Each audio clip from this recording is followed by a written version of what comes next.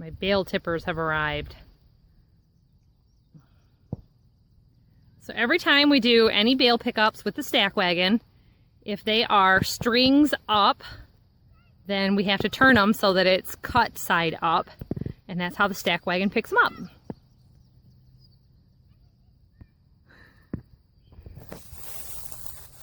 You hear hawks over here too.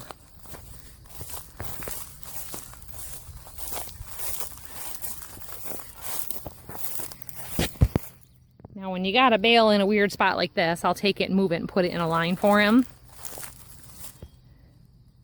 Oh, Jack's making more progress. I think these guys are playing. Lots of fun though. So you can see, since it's been cut and we've had some rain, some of the clover is coming back in right now. So it helps.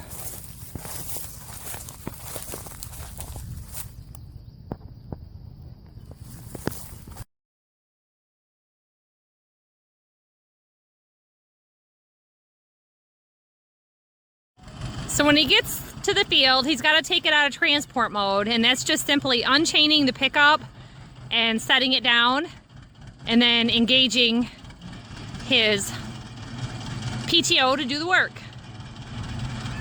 It'll automatically load 3 bales on that lower table, and as it goes down, it takes those 3, and that table goes up onto the stacking table.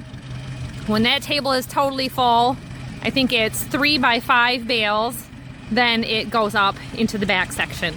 As it goes up in the back section, those pointy spikes right there go back 1 row at a time, and then to keep them from falling forward, those swinging things up at the top bar dig into it and doesn't let them fall forward at all.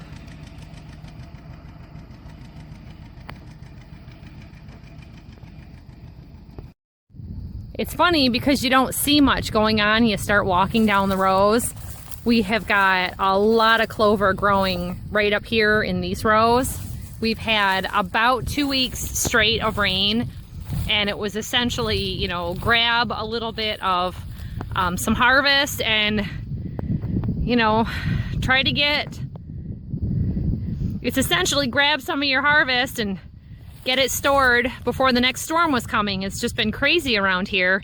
And then it'd be 2, 3, 4 days of rain, scattered showers and stuff. And we're in a funny spot that they say you're gonna get rain and then you don't. They don't say you're gonna get rain and you do.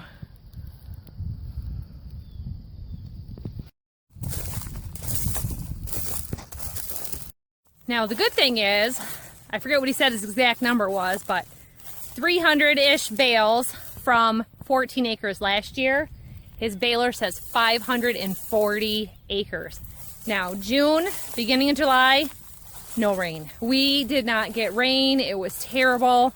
Early this spring there was rain, and when it was putting out its straw growth, the stem getting taller, there just was no rain. We really didn't think that there would be 300 bales this year. So it's ending up being better than we thought it would be. The windrows were pretty big and good size. So to kind of counter that, you just go slower so that it is feeding into the baler, you know, at a slow and steady rate instead of trying to fill it up and like choke it. And then you don't get broken shear bolts.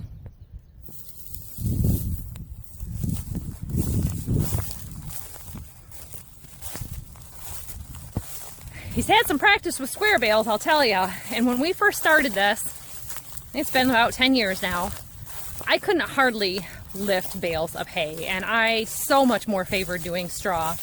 We did chopping with our last harvest on our second cutting on that north field, and I had to manage driving the truck and get kicked out of the truck because he didn't like what I was doing, or Trey would bump something and then it wouldn't work right. We'd end up in high gear instead of in low, and we were killing the truck. So I kicked myself out of the truck. There were some swears going back on. There were some swears going on, and Jack took over driving the truck for me. Trey's just not tall enough to be able to push that clutch in and do what needed to be done. And when it wasn't going right, he just said, I'm out. That was it. And I wasn't going to sit there in the heat and get yelled at for doing things wrong that I'm not a truck driver. What do I know? So I definitely favor square bales. This is more my speed. And unless you're trying to beat rain, you know, it's straw. There's not much you can do as far as making a mistake. So here he is coming up on the stack wagon with his second row. You can see it's going along really good. We've done a little work on the stack wagon this spring after our first cutting, and I think it really helped a lot. We were having trouble with, you know, the bales not wanting to go across every now and then, and it was just more or less you'd get into a little lighter of a bale in a sandy area and it wouldn't want to go forward like it was supposed to.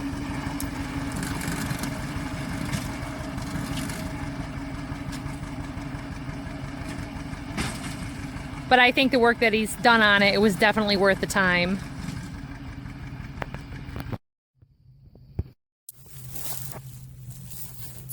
All right, so let's talk numbers for a second. Is straw worth it? Well, some farmers don't seem to think so. And I think a lot of times that's coming from old-time farmers who haven't adjusted their prices with today's markets. So there is, on average, bales from anywhere from $2 to $3 or $4 a bale.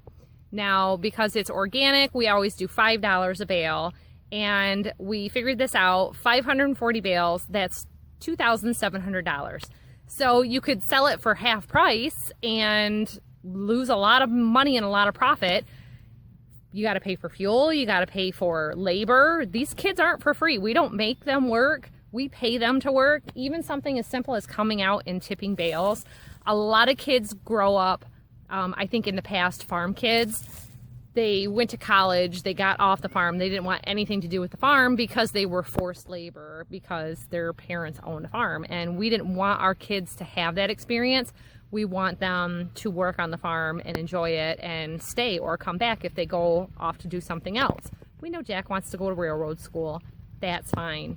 Maybe he's going to want to come back. He wants to put a train system through our farm and just be a big deal.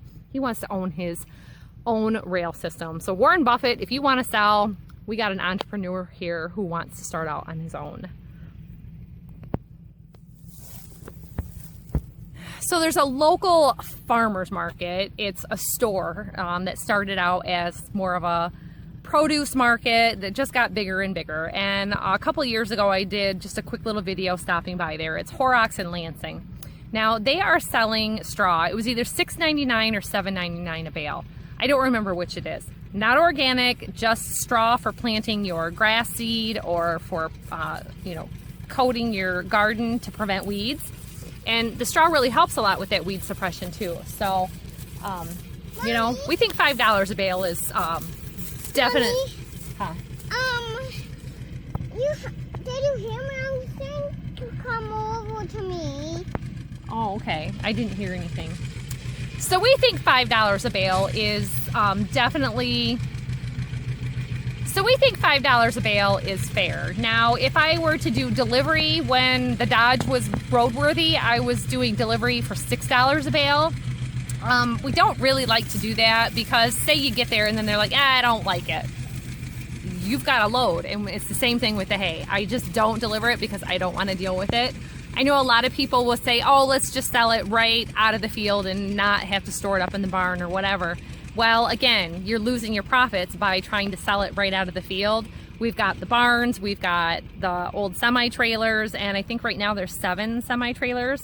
And, you know, they vary. We've got an old retired Horrocks trailer, and I think that one is smaller. Jack's running towards me. He killed a snake. So I think that trailer might hold about 500 bales, and some of the bigger trailers will hold 7. What do you have? I killed a snake. You killed a gardener snake. No. Huh. I don't like snakes. Yay, you. What'd you do? Yeah. Kill it with a rock? No, I stomped on it to make it stop, and then I just squeezed it right here. Are you sure he's dead? He's not dead! Well, I just held a live snake I in my don't hands. like snakes. He's right here. Trey, grab a rock or something. Come stomp him with your boot. He's not dead. Jack just stunned him from suffocating him a little bit. Death and destruction. Can't film that. What kind of channel is this? I don't let them go hunting. Going off killing things wasteful. They set live traps and they got a rabbit this year and they thought that was so awesome. Snakes, they can kill all they want. I don't like them. Nope.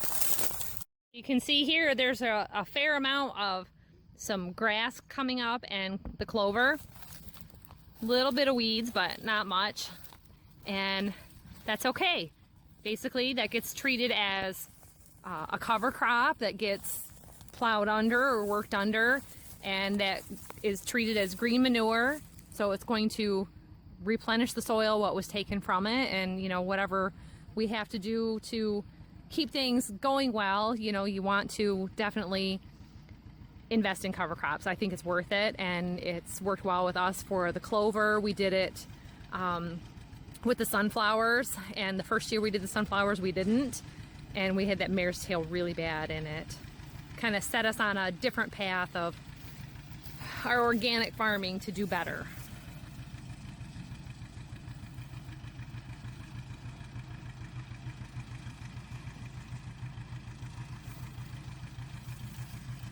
So with anything we do, we want to do better. So I'm going to go home and get some dinner stuff around and go out and check on my bees, because don't forget, I'm a beekeeper too, and it is swarming season. There's jobs to do. I was sent out to go pick up a swarm this last week and brought them home, and they're not officially moved in and unpacked. So I got to go check them out. They came in last night and got set up on their hive stand. So gotta do better with the bees. Do better now, then they'll make it better through the winter. In case you're wondering, the snake did not survive. He got stomped and he got cut in half. No tolerance for snakes. I had to kind of get away from that until it was done. Blech. So you spend the rest of your day having a rest and not thinking about snakes, and know that we'll be home putting away 540 bales over the next few days, because there's going to be work to do and rain coming on Tuesday. So we've got 2 days to put this away. So as always, thanks for watching. Don't forget to give this video a big thumbs up, and we'll see you next time. Bye-bye.